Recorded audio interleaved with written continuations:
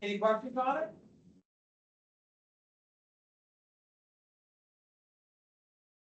And it does directly tie to the Spanish-American War. They mentioned petrified meat. Petrified meat they would sell. Big contracts. Petrified is a nice way to say it. It's absolutely spoiled, rotten, gravy. Hey, but you put gravy and other stuff on it? That's right. Just like that. All right, turn them in. Keep the actual jungle reading. I will do a quick check of it. You have an issue with the test. There's still a few people have not finished their test.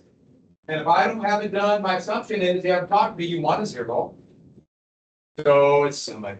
If I don't get it, if no one talks to me, there's still a couple people.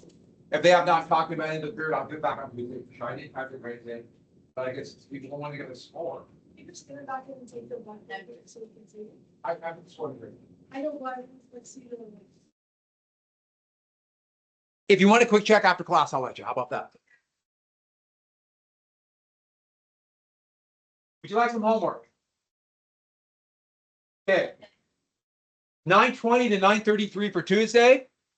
And you'll have some more reading on Tuesday. So 9:20 to 9:33 on Tuesday. Sound good?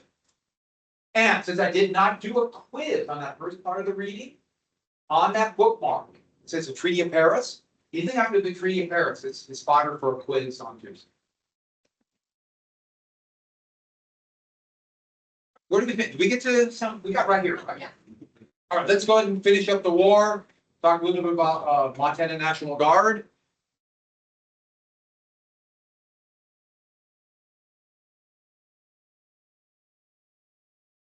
What was the amendment that said Cuba would be independent? Yep, the Teller Amendment. And what was the letter named after the Spanish ambassador to the United States? Yeah, the Lona letter. And what battleship was exploded? Remember the Maine, and the hell was Spain. And obviously Spain blew it up, right? Yeah. But that would be the reason given for war. That should remind you of another war. All right. And where were the riots? They was first time you see the term race riots in Tampa. Black soldiers because of Jim Crow laws. So let's get to San Juan. Who started the Rough Riders? Would become famous because Teddy Roosevelt. War was declared, but the U.S. about Cuba. But where did the United States attack first? Which Spanish possession? The Philippines. Philippines with a PH. How do you spell Filipino? With an F. The English language is fun. So, did we get to San Juan? Did we finish this right here? And they took Santiago? Did I mention that Teddy Roosevelt took the credit for it? Yes. Yeah. So when it fell, Santiago, U.S. guns got on there. The Spanish fleet could not sit. It's untenable. They tried to make a break for it. They were run down by the U.S. Navy. And it was over. Spain realized it's not worth the fight. Spain realized that the soldiers aren't motivated, too far away.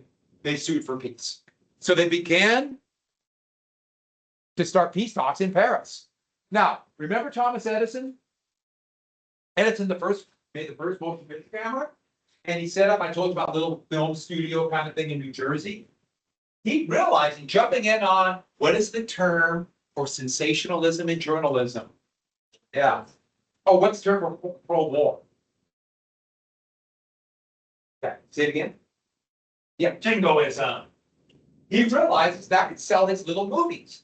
So what they did then is they had little theaters where they had these little shows where there'd be like a comedian, band, slapstick comedy.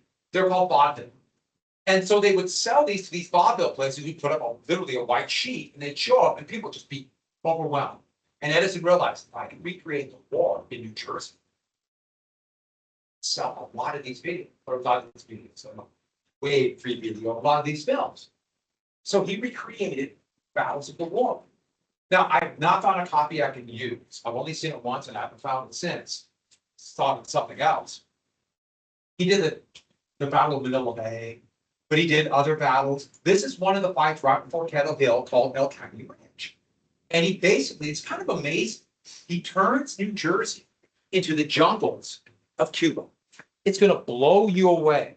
And imagine if you've never seen anything like this before, and all of a sudden you see this incredible reenactment of the fight. Let's go. You can play. Anytime now. Here we go. It's Cuba, isn't it? And look, they're coming right at you. Calm down, everybody. It's not real. And then I get people when they were cheering, and then you got a horse, and then that's supposed to be Teddy Roosevelt, and then wait for it. It happens again. And everyone applauded and went nuts. It was crazy. You want to see another film from 1899? The answer is yes. Thank you. Pat's Boxing from 1899. Look at this. Okay, this guy has a harness, put mitt on him, and is holding them so they fight each other. And look at him back there. Ah, that's sadist.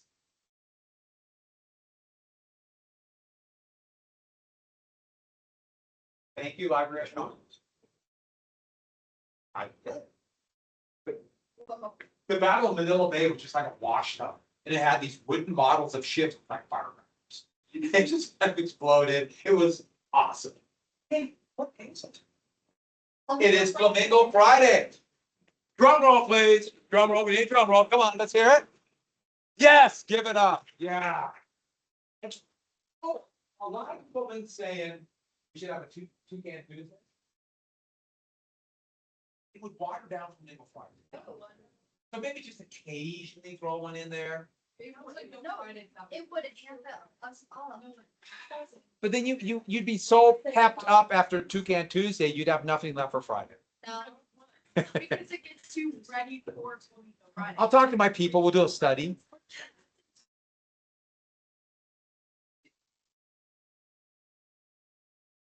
And we might have a no Friday.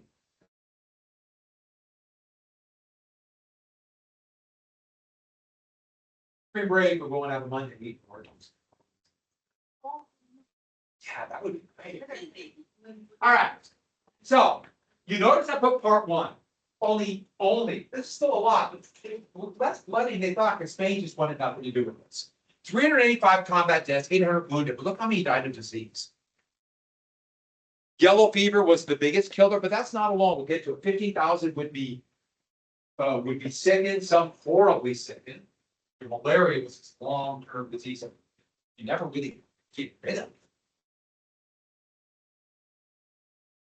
And this was seen though as brought the country together, quick, easy little war, and we fought a decrepit country that was literally about to have a civil war and revolution. But still, we proclaimed greatness. Now we're on the world stage. The Secretary of State, showing a real lack of empathy for those who had died or been wounded or sickened, called it a splendid little war. Isn't this great? Not counting the over 1,000 Spanish soldiers were killed. And you notice I put part one. This was great, so quick, mission accomplished. War over fast. It would not be. So now the United States has an empire. But half of the people who died of disease, the disease was food poisoning. This is the first time where you're going to get a lot of soldiers, a lot of people eating the processed food of the new packing industry every meal. So sometimes they would eat something and maybe they would get sick. You all probably experienced this. People would say, is it something I ate or is it a virus, a bug? Well, they're eating lots of this food. And it really amplified what was going on. Eating little bits, you might get sick, you might not know until your only thing out to eat, processed food, cooked very quickly, which was seen as a boon for the army. You don't have to worry about spoilage, they just carry cans, rations with them. No. Now MRE is not before MRE, they're with cans. C and K rations. And MREs are interesting. They're not awful. They're, yeah. They're better than K-Ridge. They soldered this with lead solder. Now, they knew lead was bad, but they didn't know how bad lead was. In fact, they didn't know how bad lead was, all the way through most of the 20th century. They didn't know it was so terrible. The problem was, what goes in the can? Once it's canned, you have no idea. Once it's processed, once it's something about processed food, you have no idea. That's part of the reason you read the jungle. You have no idea what goes in there. I mean, sure, it's corn. It's supposed to be.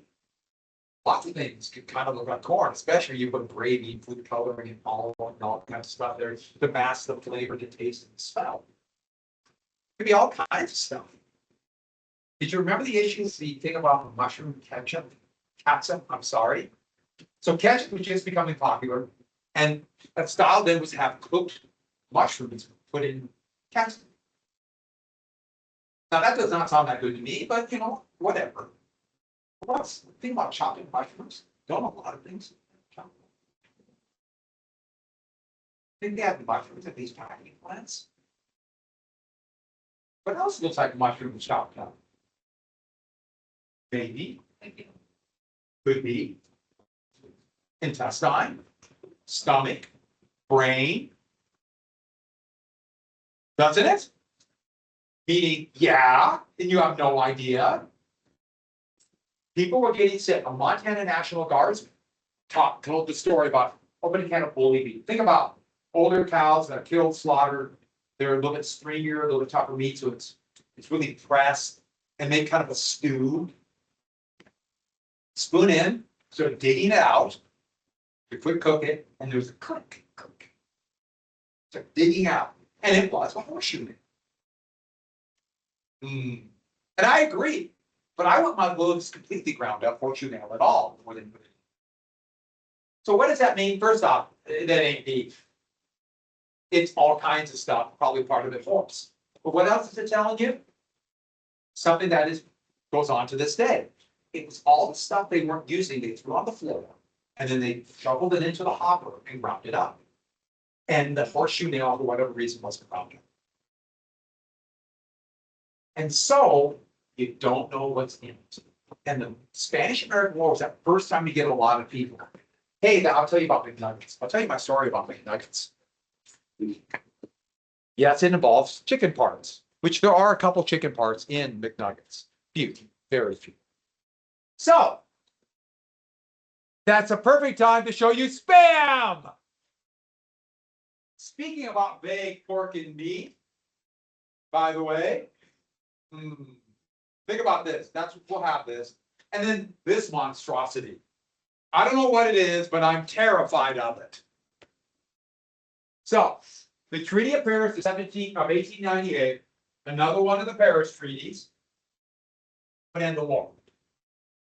And Cuba get its independence. But once independent, the United States is going to annex Puerto Rico and Guam. So the U.S. empire is going to grow dramatically. Both of these places are still part of the United States empire. And then the United States paid $20 million for the Philippines. The idea being the United States could say, we didn't fight this war for empire. We fought for Cuban independence and then just happened to buy the Philippines. Here's the signing of the treaty in Paris. Does this remind you of another war that started with questionable causes?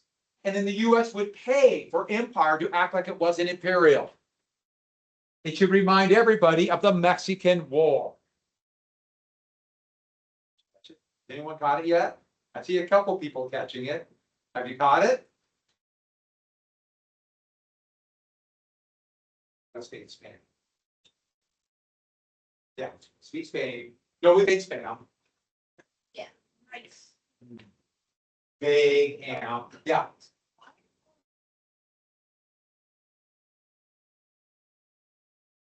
A couple reasons. Partially, once you start doing a lot of treaties in Paris, they kept doing it. But Paris would be considered about the cultural center of Europe. And so everybody wanted to do the treaty in Paris. And France was powerful, and so that Paris became the place to go. And so, like, the language of diplomacy in this era was French. So France became complacent.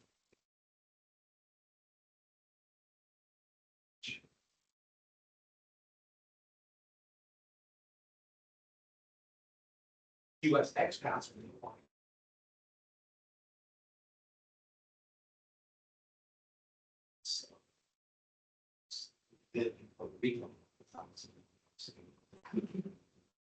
So it's the questions.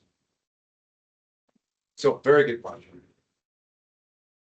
So it's very much like the Mexican War, but now it has to be ratified. Remember this. If you don't remember this, jot this down again so you don't forget. The Senate has got to ratify a treaty with 2/3 vote. 2/3 of the Senate, which I should add, a treaty that's ratified has the force of law.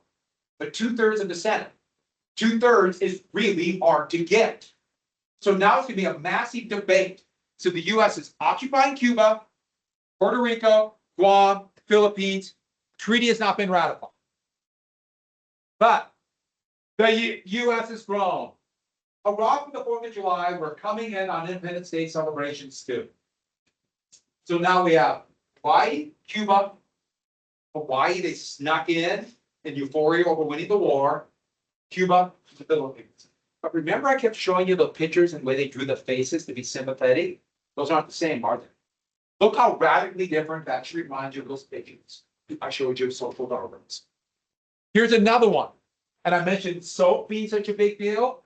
Here's McKinney like a school teacher. And there he is after class trying to deal with troubled children. But look at the troubled children. Cuba, that's Hawaii, Philippines, Puerto Rico. Once again, look how they draw faces. Uncivilized, can't govern themselves. This is pure social Darwinistic. I mean, it's the definition of racist. And that's supposed to be McKinley. And you notice he's hot and uncomfortable, like he doesn't want to do it. But there's one more thing. Soap would be used as showing how civilized the United States is. Soap heavy use. Now, this goes back to this belief that people have and still talk about today. Somehow, people who are not in the throes of modern civilization don't bathe. And that's garbage.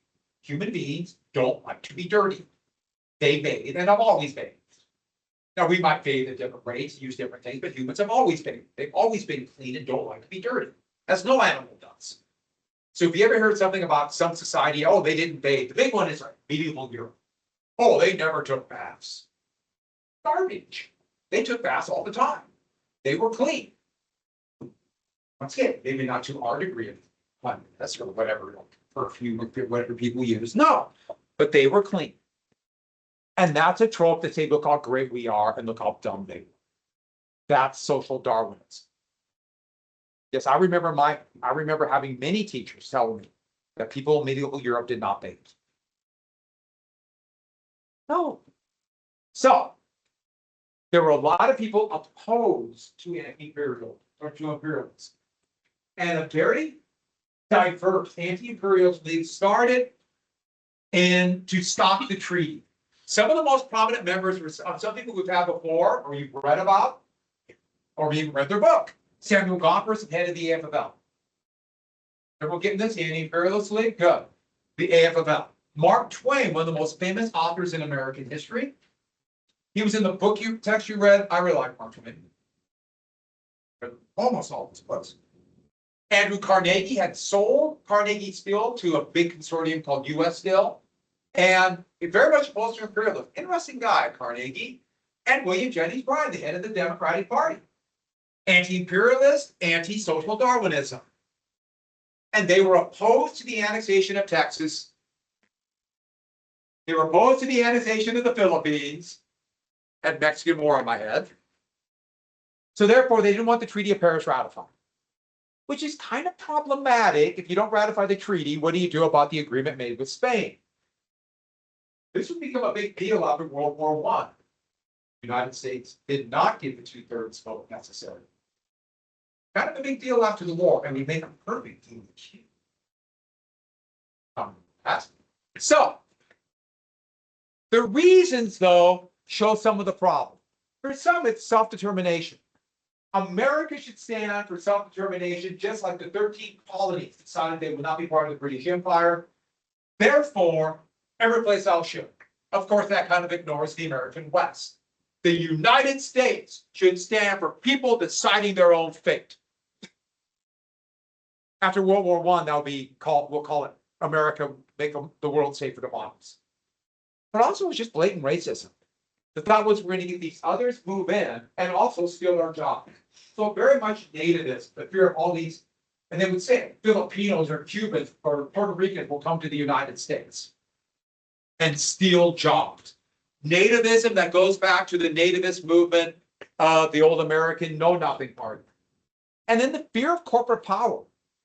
Corporations can take advantage of this, gain more power, more monopoly, as this cartoon shows monopolies taking over the world. And imperial wars, once you have an empire, you're going to be always at war. You need soldiers, you need troops, you need weapons, military, government contracts. And corporations make money off war, might they not push for more war? The answer is yes. Now, you don't know what it's like to not be in a country that's not in some kind of low-grade war. We have been your entire life. And most of my life, I was born in a war too. Spanish American War. I was born right in the middle of a war. Most of American history before 1940, before 1941, though the US had very few wars. Lots of them going on now. Simply, why? We got the flag all over the place. That leads to more wars. Oh, and that also means you get a secret police and things like that. Well, William Jennings Bryan, though, did something that he thought was so smart. He dropped opposition to the treaty, thinking, I'm going to run for president, beat McKinley in 1900. So I don't want people talking about the war. I'm going to talk about monopolies. I'm going to talk about the empire's bad and give Philippines their independence. So I'm just going to drop my opposition. But that allowed more conservative Democrats to vote for the treaty. And this is the actual vote total, it just barely passed. Treaty just barely got the 2/3 necessary. But more importantly for Bryan, it made him look like a hypocrite. And there is a Judge Magazine looking like a jester, the court jester. He never recovered from this, where people thought he could not be trusted and he already had a lot of urban bias against him.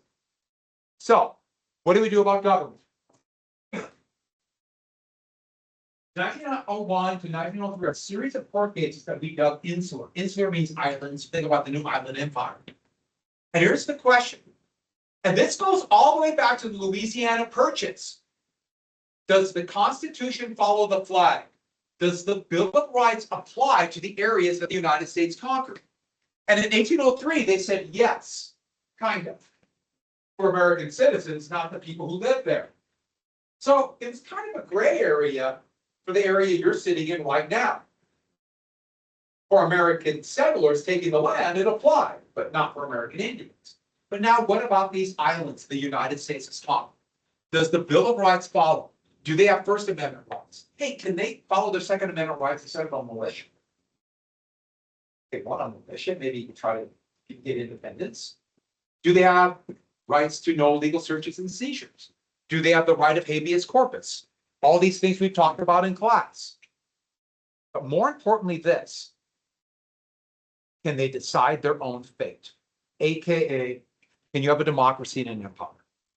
Remember, the British said no, and that's why they try to fight the United States. You cannot decide your own fate.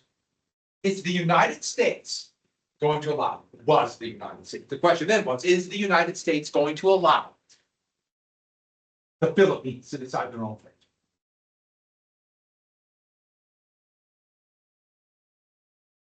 Okay. And if you have an empire, colonial or economic empire, do you want countries to decide their own fate? Might they decide to get rid of some of the deals you forced them to sign? Well, the Supreme Court ruled, and this kind of showed the problem. This court case, this cartoon is about Congress, but it's at the same time these cases run winding the way through the federal court system. This says troubles which may follow an imperial policy. Can the areas you conquer go to Congress and be represented? Remember, no taxation without representation for the American Revolution? But look how they draw the So you get the attitude of the people drawing this. No, they don't deserve representation. Well, the court would rule this. No. The Constitution does not necessarily follow the flag. So it leaves a massive gray area, and therefore whoever's in power, the US government, can decide. This is huge. So the United States will proclaim itself to be the country for self-determination and democracy, and yet not allow it. Back when the US used to care about such things. So, what of Cuba then? The US is still occupying Cuba. And in 1903, the US decided what they would do with Cuba. It's called the Platt Amendment. The Platt Amendment. 1903. Basically, Cuba's independent, we'll let them, but they're going to become a protectorate, meaning the United States will control their foreign policy. In essence, no treaties. They can sign no treaty with any other country. All their trade, everything they do will be decided by the United States. This is going to set up economic imperialism. Economic imperialism. And so it's implying that we're proclaiming they're not ready to govern themselves. Here's, once again, next one's a little, Cuba's a little child, Cuban independence, but they're not ready. And Uncle Sam gently scolding him, saying, you'll be ready when you're ready. And we'll decide that. Next, if Cuba acts inappropriately, the United States can intervene. And intervene means invade. Send in the Navy and naval infantry. The Marines were tiny until this era. They became bigger. Why? To take over countries in Latin America, which they would do time after time after time. And they haven't forgotten. Next, to make sure that Cuba knows we can come anytime and to coerce them, a massive United States naval base will be set up at Guantanamo Bay. Guantanamo Bay, if you look at this right on the edge, eastern edge, right there.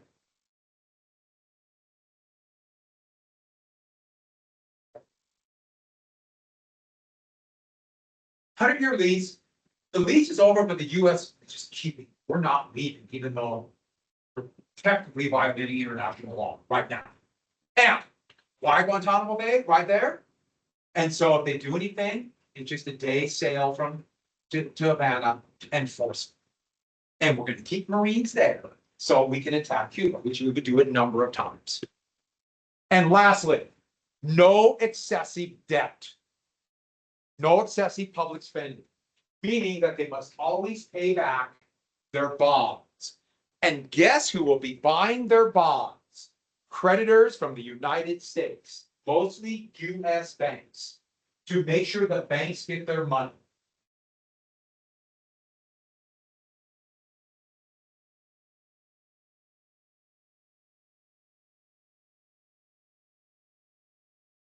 So this is a Cuban cartoon.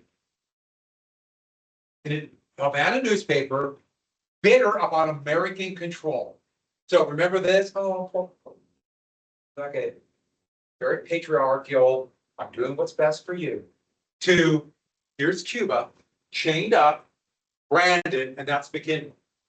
Ironically, that cartoon was made after McKinley had died, but just go with it. It's McKinley, and that's their attitude.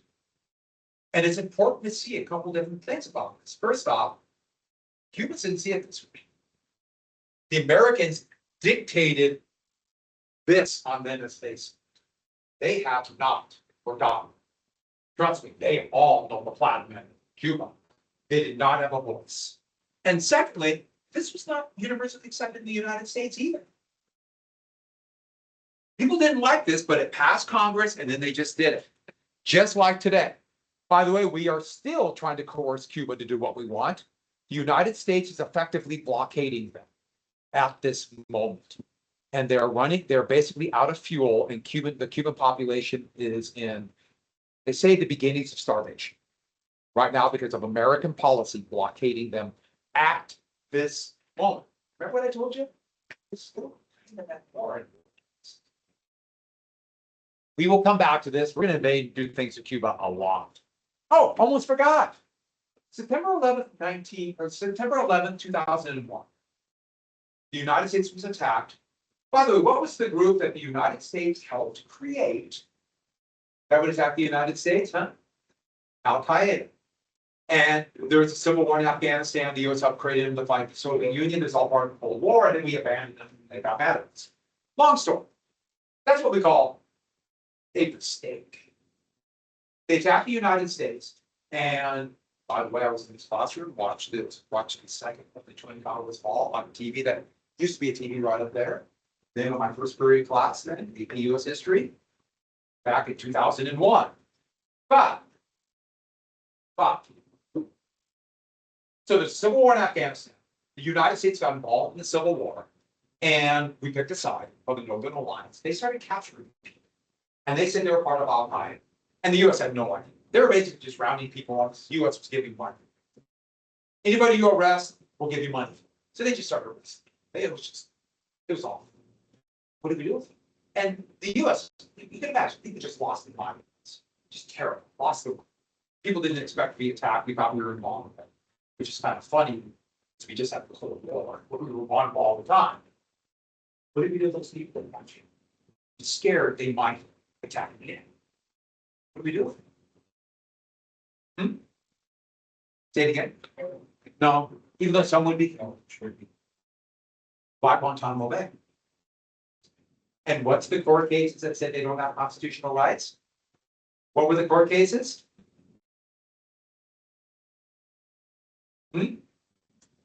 I just told you, yeah, the insular cases. So, remember the insular cases? Because of that, it's a gray area. And the cases are still there, and so prisoners we've gone to Guantanamo Bay. So they don't have constitutional rights. And as it turned out, almost none of them, over 99% of them had nothing to do with Al Qaeda or anybody else.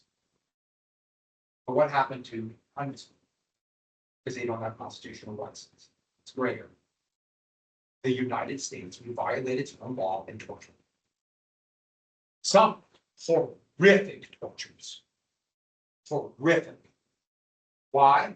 No constitutional right. Now, I want to say the United States, that means if you're a United States citizen, I am. I don't know all of you. My assumption is almost all of you are United States citizens. That's us. We did that. And there was torture. Horrific. By the way, did we get any information from them? No, torture never works. Torture does not give you information, despite what you see in magazines. Never. Torture gives you confessions, but it doesn't give you information. People will say whatever you want to hear, as long as you do torture. So it gave no information. They got more information about treating them nice. But anyway, that's why. It's insular cases, and it comes from this. Oh, by the way, that's one of those things, what I just told you, most Americans have no idea. So, hey, you're above them. Of course, then again, it's your duty to kind of remember stuff, and I did it to get 1,000 things, so you have responsibility. Hey, that's fun, isn't it? Cuba's doing great. Here we have Cuba, and this is supposed to show under American control. Largest sugarcane crop, public schools. But yeah, they actually did build more schools. That is true. Cuba is actually an incredibly well-educated place. Now, higher literacy rate than the United States. Today, despite all their economic problems. Look how they brought Cuba. The faces. Can't govern themselves without the US coming in. So, the peace treaty would finally be ratified. There is the New York Journal telling you this. Everyone look at that newspaper headline. Do you see something that doesn't fit? Peace treaty. Peace is here. What's the contradiction? Awful slaughter. Yeah, that's peace. Awful slaughter. Part B of the Spanish-American War. Part 2. The Filipino insurrection. Fun with the English language. PH for Philippines, F for Filipino. The Filipinos sincerely thought that they were going to be treated as a liberated people, that they would get independence, that they would be free from horrible Spanish colonial rule, which was pretty bad. forcibly converting almost 90% of the population to Catholicism, being essential serfs. I mean, tough rule. That's some of the dead. Happened. Shot by soldiers. The United States will use the exact same tactics and more that the Spanish used. And the war is going to get horrible. Remember I told you that the United States or Montana sent more troops than they were supposed to the Spanish-American War? Almost all of them went to the Philippines. All these Montanans in their Knights Wool uniforms at first. And think about if you're going to be sent to the Philippines to subdue a population. You have no idea. And guess what? You don't speak the same language. They do. Nobody likes an occupying army. Doesn't matter where they're from, especially an army that doesn't speak the same language. Nobody likes an occupying. So the Filipino insurrection, it would be hell. And that's where we'll quit and we'll finish this come on Tuesday. Come on Tuesday. Oh, no, it's wrong. President's Day.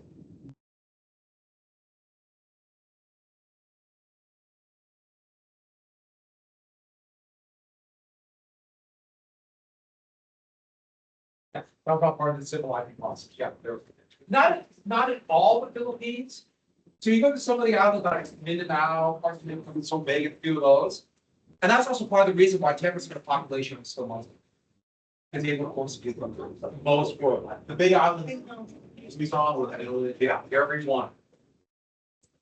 So the whole thing was the Spanish rule, one of the old culture to make it easier.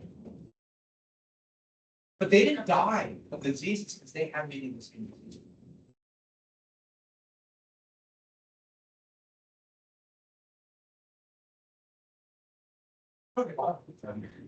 Everyone's thought that for them. But you don't want to feel it tomorrow. You want to be part of the everyone has it. Goodbye, everybody. Have a good weekend. I'll see you Tuesday.